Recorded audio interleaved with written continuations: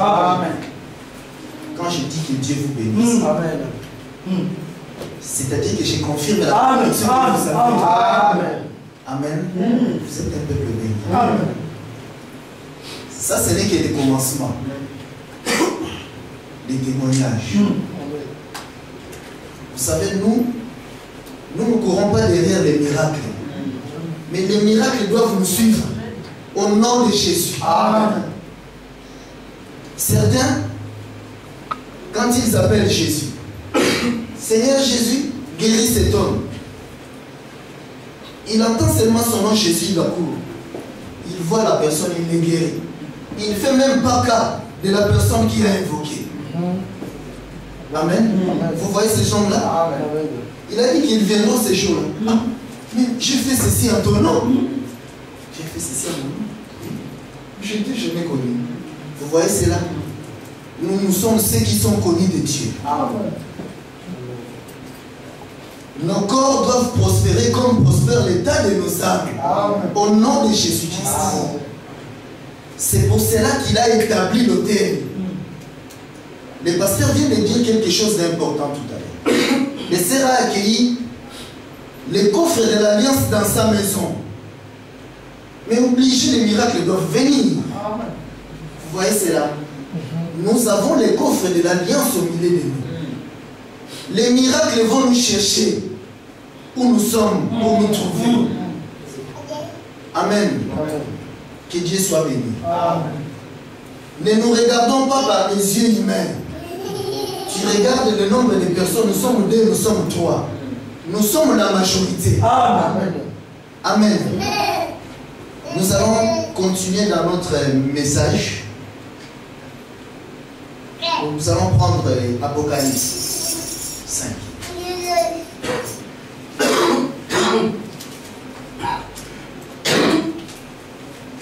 Ça, ce n'est que le début. Le Seigneur fera encore de grandes choses. Amen. Et tout le monde saura que nous avons Dieu.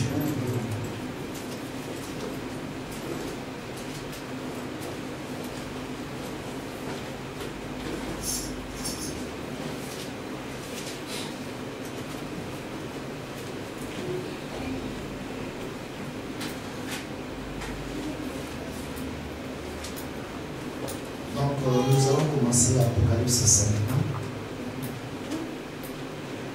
Puis je vis dans la main droite de celui qui était assis sur le trône un livre écrit en dedans et en dehors, scellé de 7 sceaux. Et je vis un ange puissant qui criait d'une voix forte, qui est digne d'ouvrir le livre et d'en rompre les sceaux.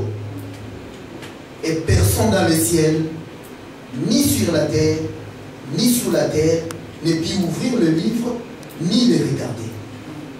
Et je pleurais beaucoup de ce que personne ne fut trouvé digne d'ouvrir le livre, ni de le regarder. Et l'un des vieillards me dit, ne pleure point. Voici, les lions de la tribu de Juda, les rejetons de David, a vaincu pour ouvrir le livre et ses 7 sceaux. Et je vis au milieu du trône et des 4 êtres vivants, et au milieu des vieillards, un agneau qui était là comme immolé. Il avait 7 cornes et 7 yeux, qui sont les 7 esprits de Dieu, envoyés par toute la terre. Il vint et il prit le livre de la main droite de celui qui était assis sur le trône. Quand il lui prit le livre, les 24 êtres vivants et les 24 vieillards se prosternèrent devant l'agneau, tenant chacun une harpe et des coupes d'or remplies de parfums, qui sont les prières des saints.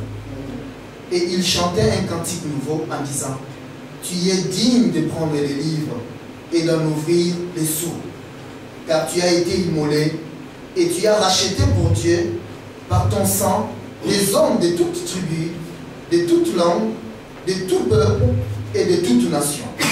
Tu as fait d'eux un royaume de sacrificateurs pour notre Dieu, et ils régneront sur la terre. Amen. Amen. Nous pouvons nous asseoir. Ça, c'est ce qui fait notre force. c'est-à-dire la parole, les secrets de Dieu.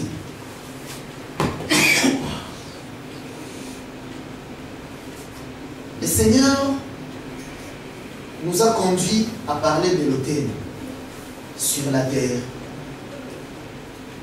Nous avons tourné autour de l'autel.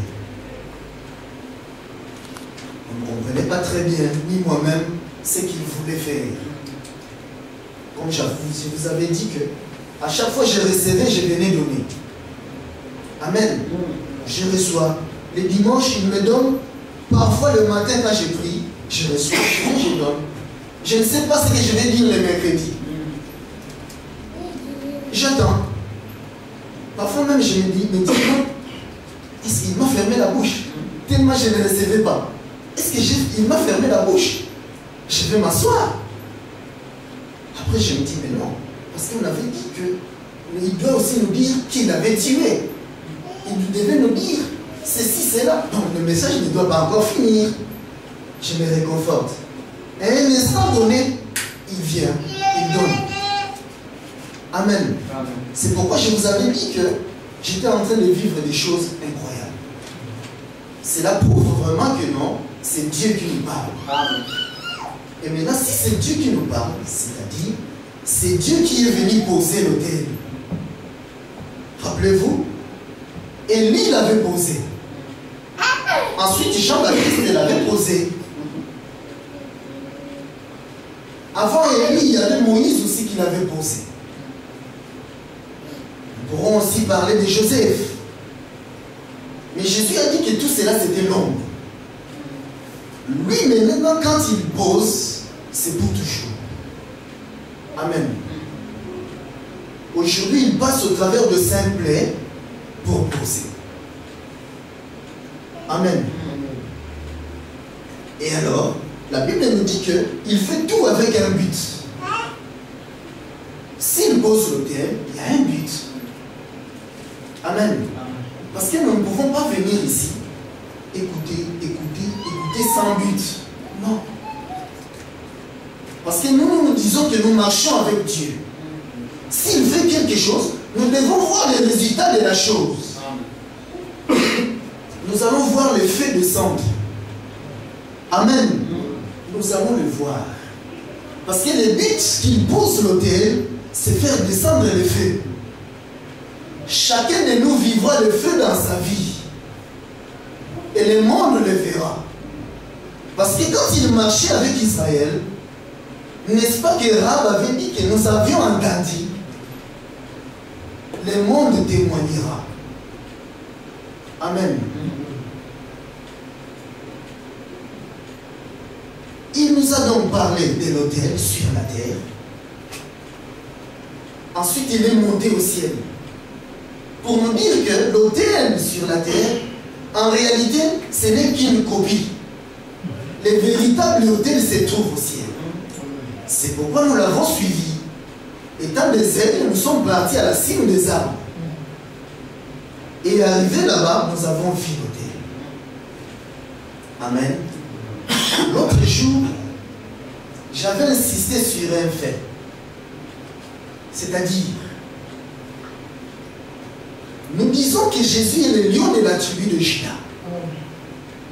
C'est-à-dire, il est aussi un tueur. Amen. Il a la tête de lion.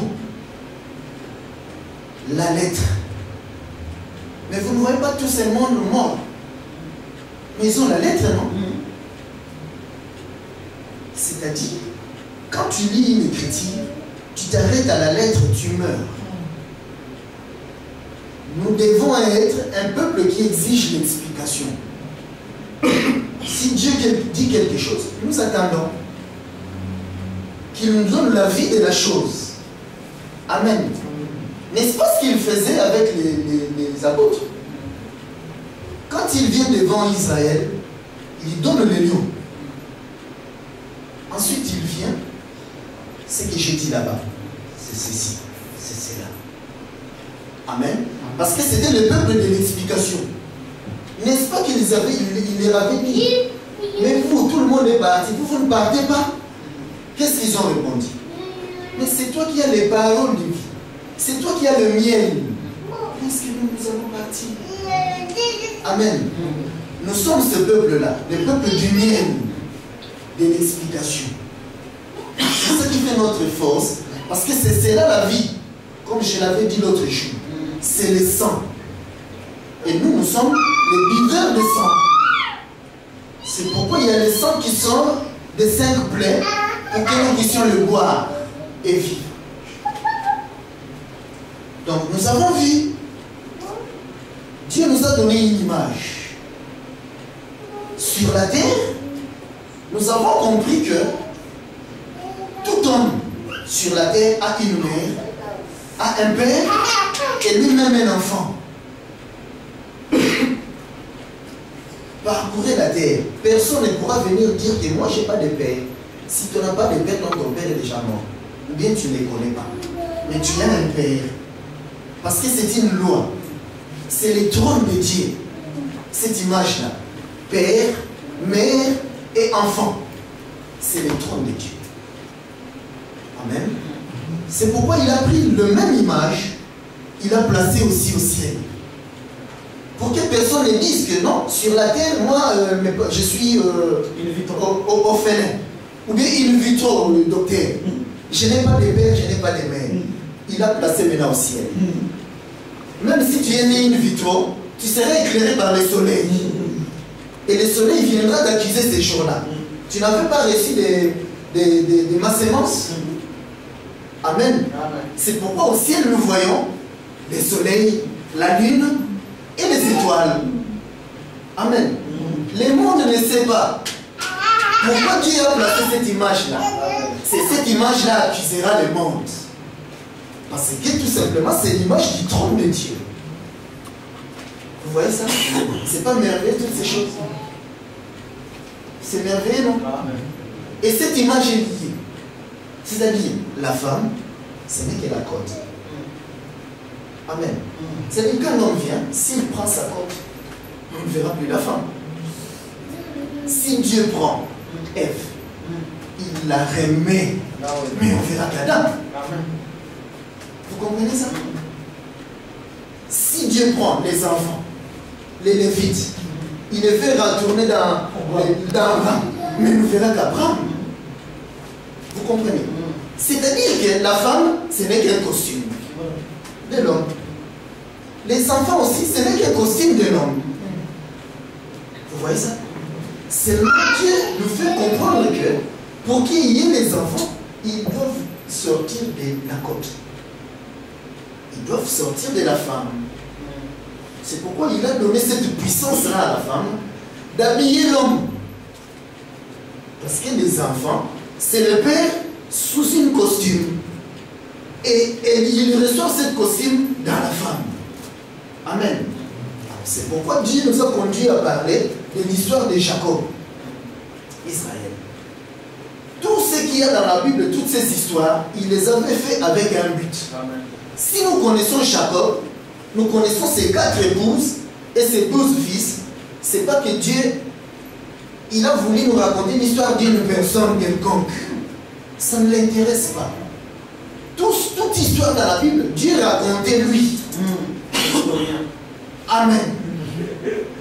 C'est pourquoi l'autre jour nous avions dit que nous voyons Jacob assis sur le trône. Amen. Et nous le voyons entouré de ses 4 femmes et de ses 12 fils. Les 12 fils qui se rapportent dans l'ombre et deviennent 24. Mais avec ça, nous pouvons aller faire des miracles, des conférences. Expliquer au monde c'est quoi les 24 vieillards. Mais ils ne savent pas. Vous savez l'image que le monde a? Les vieillards, peut-être les 80 ans, avec des grosses barbes blanches et des couronnes. Ils adorent. Il faudrait que nous leur expliquions c'est quoi l'adoration. Ils adorent. C'est l'image qu'ils ont. C'est-à-dire que désormais,